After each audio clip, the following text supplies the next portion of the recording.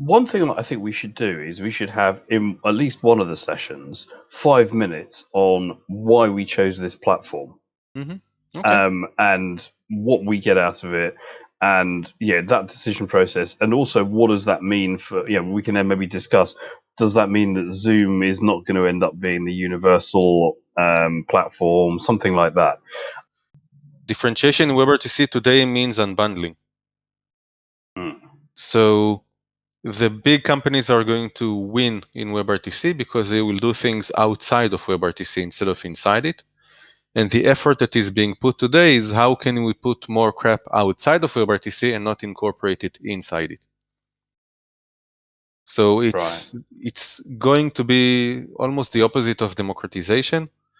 So you'll get that only if you go and work with the likes of Amazon or Microsoft or Google or Zoom or Twilio.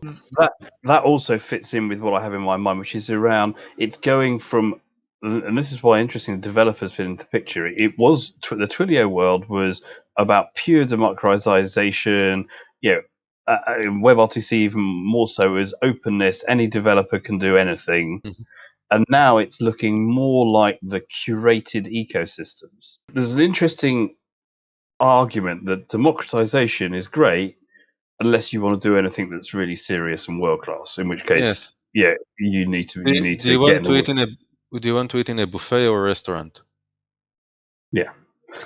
And if you want Michelin stars, then you can't learn off YouTube videos. The next question would be: is WebRTC was good enough 2 years ago?